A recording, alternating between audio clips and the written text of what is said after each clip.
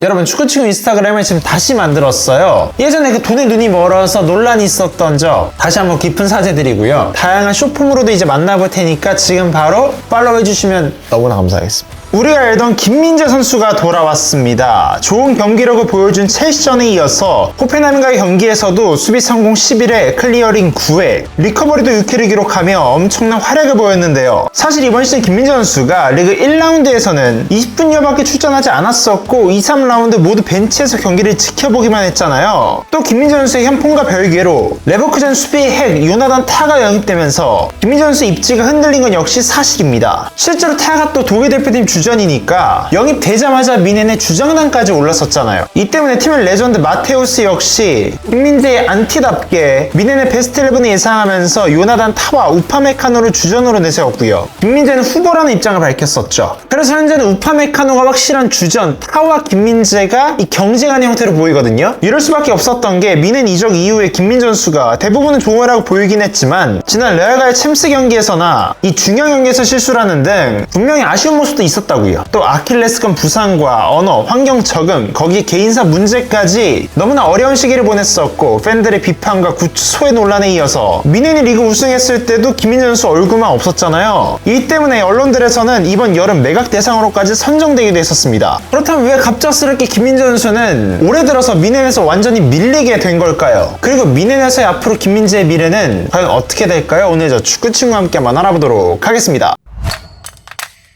우리 모두가 알다시피 콤파니 감독은 수비라인을 매우 극단적으로 끌어올립니다. 콤파니는 이런 높은 수비라인을 바탕으로 강한 맨투맨 압박을 가하면서 상대를 위에서부터 한마디로 찍어 누르는 축구를 하고 있는 거예요. 그러니까 발이 빠르고 공격적인 김민재는 이런 콤파니 축구에 매우 적합하다고 평가받았었고 발이 상대적으로 느린 더리에트를 맨유로 보내기까지 했죠. 그런데 문제는 이 김민재 선수가 이런 넓은 수비라인에서 점점 실수들이 나온다는 거예요. 지난 시즌 김민재의 실수로 인해 실점까지 연결되었던 게 총 6골이었거든요. 그런데 이게 그 임팩트 있던 레아전처럼 뛰어나가다가 뒷공간 뚫려서 비니시우스에게 먹혔던 게 아니라 오히려 패스 미스나 헤딩 경합에서의 미스가 많았다는 거예요. 우선 높은 라인으로 올렸을 때 센터백의 패스 미스는 어떤 영향을 줘요? 뒷공간이 없으니까 완전히 실점 찬스로 연결될 수밖에 없는 거예요. 특히나 지난 챔스 8강 인테르전에서 이 빠바르에게 공중볼 경합에서 밀리면서 실점을 하며 큰 비판을 받았잖아요. 물론 김민재 선수가 공중볼 경합에 능하긴 하지만 폼이 절정이던 나폴리 시절에도 측면에서 날아오는 크로스 대처의 약점이라는 일부 기자들의 의견이 분명히 있었거든요. 그런 측면에서 봤을 때 공격적이지만 실수가 있는 김민재보다는 안정감과 공중볼 능력에서 탁월한 운영을 보이는 이 요나단 타가 더 1순위로 선택을 받고 있다고 봐도 되겠죠. 거기다가 이번 시즌 김민재에게 가장 중요한 건 바로 시즌 끝까지 끌고 갈 수 있는 이 체력입니다. 커리어 하이였던 나폴리 시절에도 A매치와 챔스, 리그를 병행하는 유독 3월이 힘들다면서 이때 대표팀 은퇴설까지 돌았었잖아요. 그런데 요나단 타의 경우에는 지난 3시즌 47경기, 48경기, 54경기를 뛰었었고 특히 지난 시즌에는 4,792분을 뛰면서 엄청난 경기량을 선보였는데요. 사실 김민재가 뛰는 센터백 자리들의 이 탑 클래스들은 시즌의 대부분은 4,000분, 50경기에 가까운 경기수를 유지하고 있지만 김민재 선수가 유독 자주 지치는 이유는 원래도 이 공격적인 플레이 스타일이 있는데 거기에 미넨 팀 자체 라인도 높다 보니까 그만큼 스프린트를 많이 해야겠죠. 그런데 이게 한두 해면 모르겠지만 나폴리, 미넨 계속 탑 클래스 팀에서 뛰다 보니까 거기에 마땅한 서브도 없었어. 한마디로 계속 갈릴 수밖에 없는 상황이 발생했던 거예요. 거기에 다른 유럽 선수들과 다르게 A매치마다 한국과 독일을 왔다 갔다 하는 탓에 이 다른 선수들보다 체력적 부담을 더 많이 느낀 건 역시 사실입니다. 물론 지난 시즌에는 이토 같은 선수들이 영입되긴 했지만 바로 부상당하면서 서브장도 마땅히 없었잖아요. 그래서 본인도 부상을 당했음에도 불구하고 이거 참고 뛰었었는데 현지 팬들이나 언론들은 이걸 좀 정상참작해주지는 않나봐요. 하지만 이런 경기 내적인 이유 이외에도 미넨이 이번 시즌 김민재를 방출하려고 했던 이유는 바로 김민재 선수의 주급이 너무나 높았기 때문이에요. 애초에 김민재 선수가 세리아 15 먹고 왔으니까 현재 주급만 3억 7천만 원이거든요. 거기에 미넨 역대 이적료 레코드 9위잖아요. 그러니까 현재 팬들 입장에서는 실력적으로 김민재보다 아래인 다이어가 더 좋다고 평가했던 이유 역시 한마디로 저렴한 이적료와 주급인데 실수 적게 하고 김민재만큼 하는 것 같네? 야 이거 가성비가 다이어가 더 나은데 했던 거죠. 그렇다고 김민재 선수가 정말 매각할 정도로 못했냐? 그건 또 아니거든요. 여기는 또 미넨 내부에 복잡한 이해관계들과 정치적 관계가 얽혀 있습니다.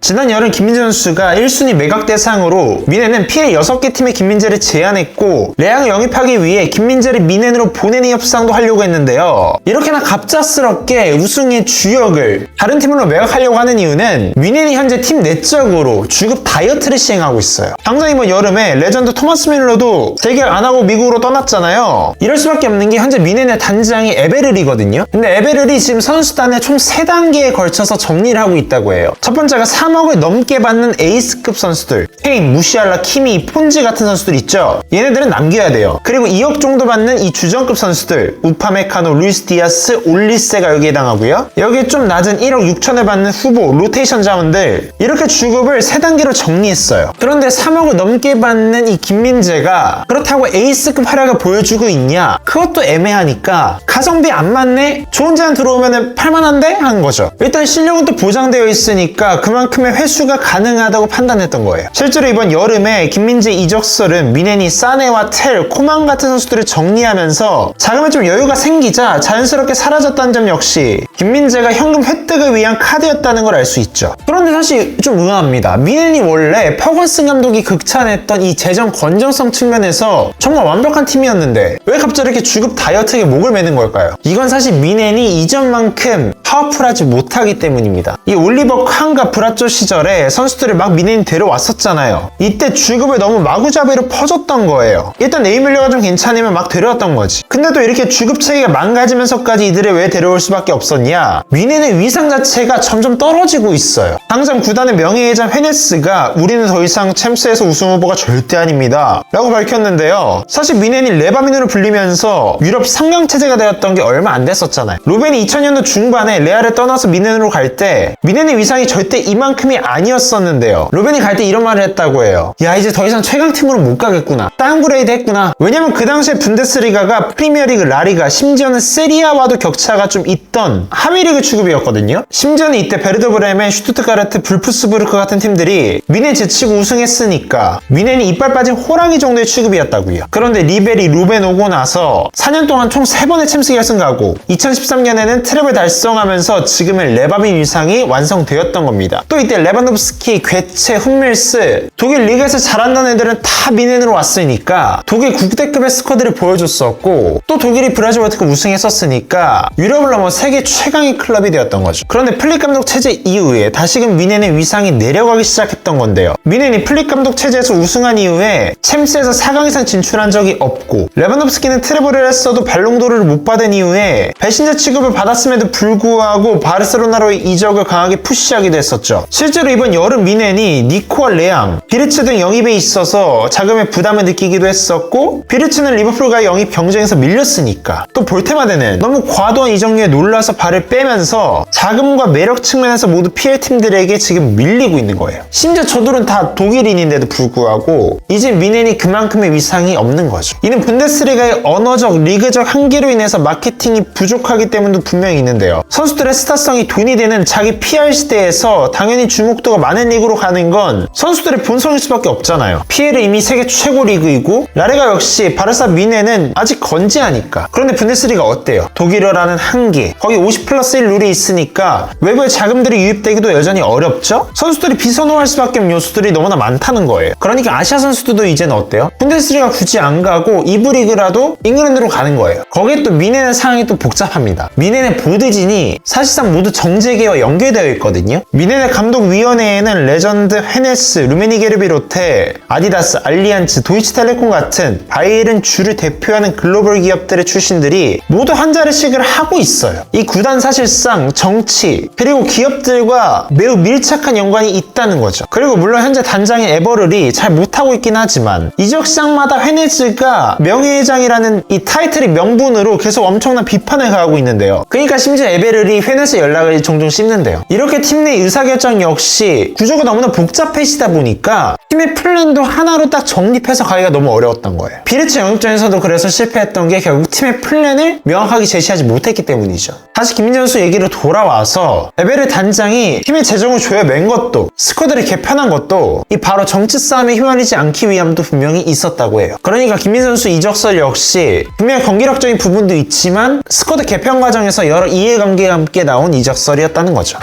네, 오늘은 김민재 선수가 왜 현재 후보로 밀렸는지, 더불어서 이번 여름 왜 미넨이 김민재를 팔려고 했는지 그 이유들에 대해 알아봤는데요. 저는 솔직히 미넨을 좀 떠났으면 합니다. 저번에 우승했을 때 그 단체 이미지에서 빠졌던 것도 그렇고, 팬들이나 레전드들이 유난히 김민재에게 이 화살을 던지는 것도 그렇고, 한국 팬들 입장에서는 그다지 좋게 보이진 않죠. 그래도 미넨은 좀 밝은 게 현재 요나단 타의 폼이 좀 애매합니다. 타가 최고 속도는 빠르지만 민첩성이 좀 부족한데, 이게 콤파니 높은 수비 라인에서는 치명적인 단점이 될 수도 있잖아요. 거기에 원래 3백의 스위퍼로 활동하는 선수였기 때문에 4백 체제에서 왼쪽 센터백 자리에 적응이 좀 늦어지고 있는 것도 사실이에요. 그러니까 콤파니 감독이 김민재를 팔지 말라고 했던 건 역시 콤파니가 워낙 김민재를 신뢰하고 있으니까. 지난 시즌 문제가 되었던 혹사 역시 요나단 타가 오면서 어느 정도 또 보전이 되었고, 이번 시즌 잘 조정을 해준다면 충분히 좋은 모습 볼 수 있겠죠. 과거 키미 역시 자국 선수임에도 불구하고 돈값을 못한다는 언론들과 레전드를 막대한 비판에도 불구하고 실력으로 이를 증명했잖아요. 김민재 선수 역시 이거 모두 이겨내고 한국인 최초로 팀의 완벽한 주전으로서 비결을 한 번쯤은 꼭 들었으면 좋겠습니다. 오늘의 주영민이었다면 구독과 좋아요 부탁드리고요. 저는 다음번에 더 재밌고 유익한 축구 이야기로 다시 찾아오도록 하겠습니다. 그럼 안녕히 계세요.